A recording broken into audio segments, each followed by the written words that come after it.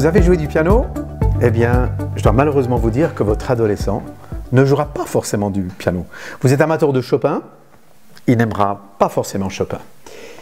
Alors c'est un domaine extrêmement intéressant, la musique au moment de l'adolescence. Alors c'est un domaine qui peut créer un certain nombre de clashs en termes de décibels déjà. Alors vous avez peut-être dès la petite enfance formaté, préparé, éduqué votre enfant, votre fils, votre fille, qui vous a accompagné peut-être dans des concerts de chant grégorien, de musique dans une cathédrale X ou Y, et ça c'est absolument magnifique. Cette éducation a peut-être permis à vos enfants de s'intéresser, de découvrir et d'apprécier cette musique-là. Mais vous allez être surpris au moment de l'adolescence aussi de voir qu'au contact de ses camarades, de tout ce qu'il peut écouter, de ci, de là, de ce qu'il peut télécharger et autres, votre fils, votre fille va débarquer avec des bruits, musique, mélodies, décibels absolument inattendus et qu'il va offrir à l'ensemble de la maison. Et alors à ce moment-là, deux attitudes. La première, la condamnation absolue, les cris, l'extinction des feux. Une autre peut-être, c'est de s'intéresser à ce qu'il écoute. Mais oui. Alors ne pas commettre l'erreur habituelle, personnellement que j'ai commise aussi plusieurs fois, qui est de condamner ce genre de musique que je ne vais même pas qualifier de musique, mais peut-être de bruit, plus ou moins recherché.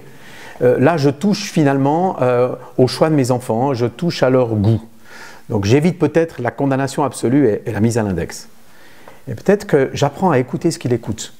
Je rapprends peut-être aussi à voir, si j'estime qu'il y a matière à discussion, pourquoi pas, quelles sont les valeurs qui émergent de cette musique, travailler peut-être sur les paroles de ce chanteur, peut-être son attitude.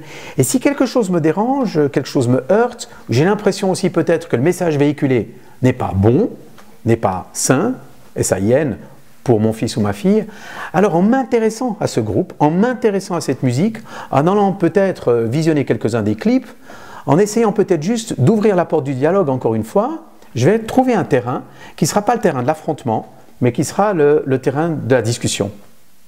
Et puis le terrain de la découverte aussi, parce que je peux découvrir des groupes assez inattendus et des styles de musique tout à fait incroyables lorsque je me mets dans cette démarche qui est peut-être de m'intéresser un peu à ce qu'il écoute ou à ce qu'elle écoute.